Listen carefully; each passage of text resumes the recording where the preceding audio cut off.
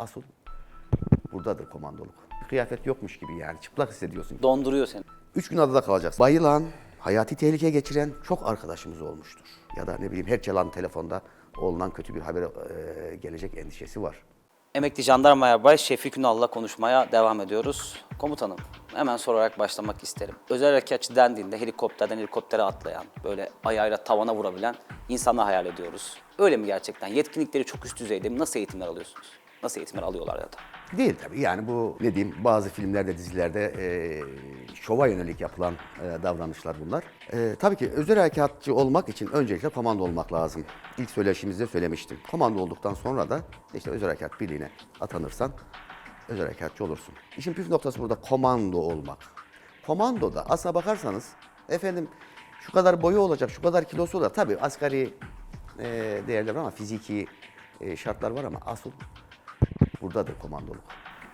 İnanacak ya. Yani çünkü o zor bir göreve talipsin. İstemiyorsan, inanmıyorsan komando olamazsın. Bunun bir fiziki, bedeni anlamda bir kuralı yok. Ama dediğim gibi buranın kuralı var.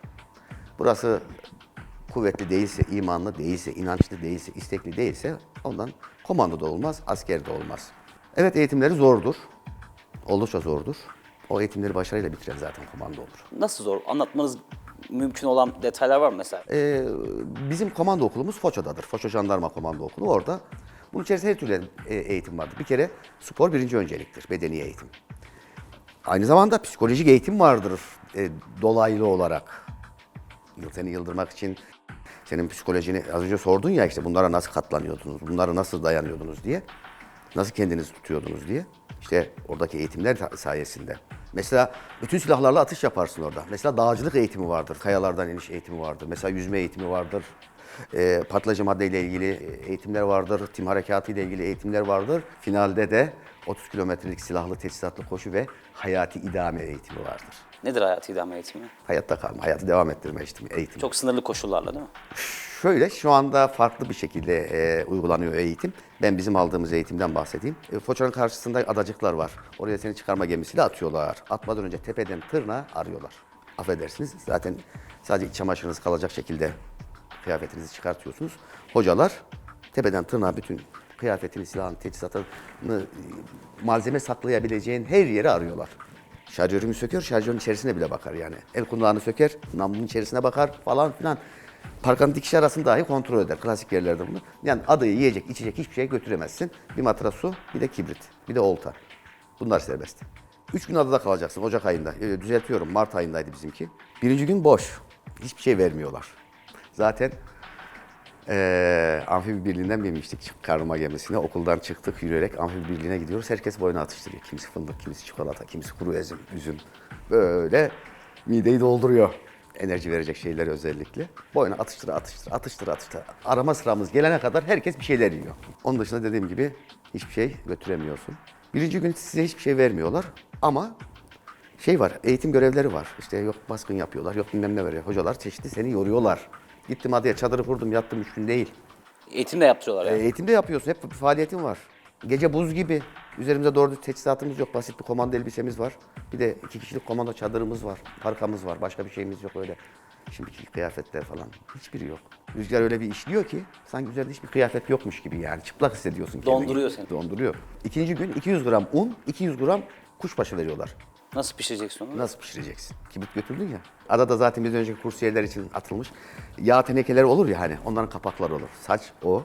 Efendim doğru dürüst yakacak yok ama o dikenli bir geven dedikleri bir ot var, bitki var. Onların kurlarından topladık. Ateşi öyle yaktık. Sadece öyle yaptık.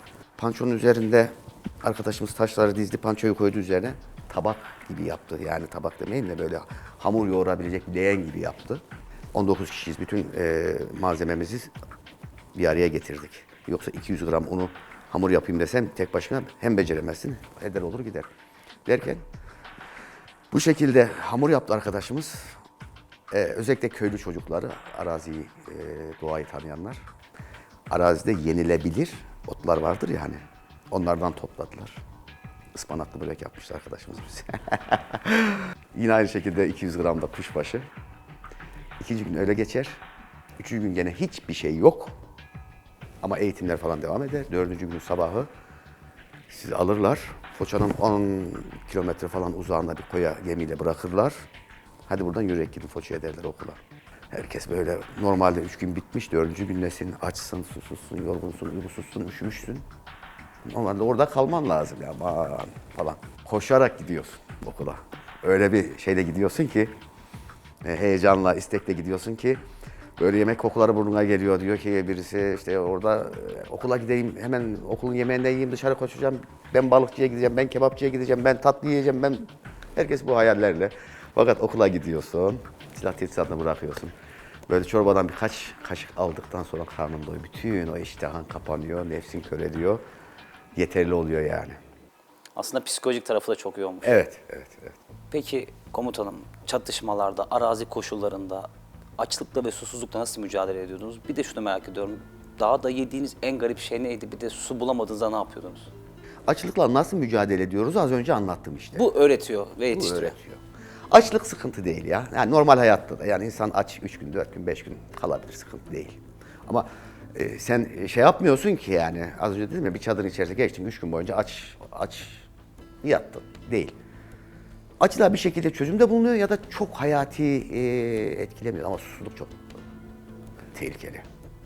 Özellikle yaz aylarında. Yediğiniz en garip şey neydi dedin de çok aman aman öyle garip bir şey yemedim. Kurbağa yemedim efendim bilmem ne yemedim. Yani öyle evet Foça Komando Okulu'nda bunları öğretirler. İhtiyaç olursa yaparız da yeriz de sıkıntı da yok. Ama doğada bu şartlarda sen tim harekatı yap, operasyon yapıyorsun. Avcılık peşinde mi koşacaksın? Bilmem ne mi yakalayacaksın? Kaplumbağa mı yakalayacaksın? Aklına gelmiyordur bile bazen hatta. Gelmiyor bile ya. Ben bir çatışmada sabah başlamıştı. Yaz günüydü. Akşam 9-10 gibi falan anca aklıma geldi. Bir şeyler yemem gerektiği. Susuzluk ne yapıyor? Susuzluk işte zor. Özellikle yazın. Mardin bölgesi mesela çok sıcaktır. Diyarbakır'ın belli bir kısmı yine çok sıcaktır. Kuzeyi o kadar değilse bile. Kuzeyde su kaynakları vardır. Ama bazı yerlerde su kaynağı yoktur. Hiç kirli sular içtiniz mi? İçmek zorunda kaldınız mı? Çok içtik. Mesela Mardin bölgesinde yine pet şişelere buzdolabına koyuyorsun dondurucuya. 2 gün 3 gün iyice donuyor. Onu çoraba geçiriyorsun, siyah çoraba. Sırt çantanın yan ceplerine koyuyorsun. O su içtirirse 2-3 gün seni idare ediyor. Yani 2 gün gittiği olabiliyor. Susuzluktan bayılan, hayati tehlike geçiren çok arkadaşımız olmuştur. Operasyonun seyrini etkiler yani susuzluk.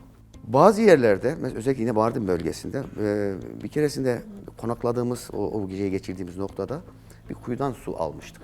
O suyu muhtemelen pis olacağını düşünerek zaten gecenin karanlığında işte ucuna bandanamızı falan koyuyoruz, süzgeç niyetine öyle içiyoruz. İçtik, mecbur içtik. Ertesi gün baktık ki o içtiğimiz yere, su içtiğimiz kuyu gibi yere, aman Allah'ım, aman Allah'ım, iğrenç içerisinde bir dünya böyle canlı var, kurbağamdır, bilmem nedir vesairedir, yemyeşil olmuş. Ama mecburen içtik. Yapacak bir şey yok. Yapacak bir şey yok ama bakın doğada şimdi ay falan diyor. Hastalık gelmez merak etmeyin.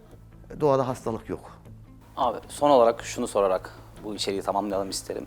Şimdi siz zorluklar yaşadığınızı anlattınız. Biliyorum da çok doğru ama bir de kalanlar için meselesi var. Eşiniz, aileniz nasıl zorluklar yaşadılar? Yani siz görevlerdeyken onlar neler yaşadı?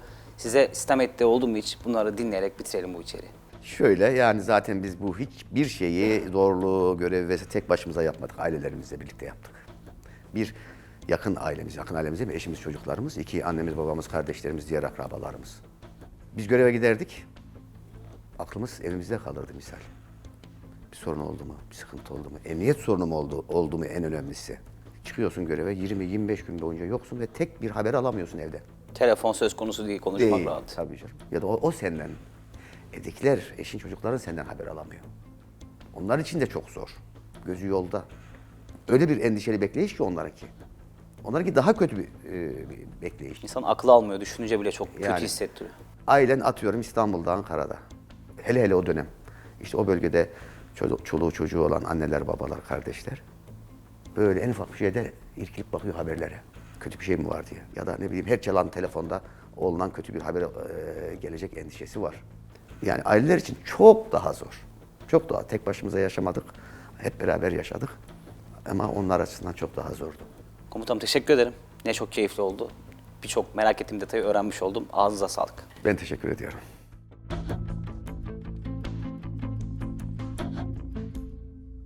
Asıl buradadır komandoluk. Bir kıyafet yokmuş gibi yani çıplak hissediyorsun. Donduruyor seni.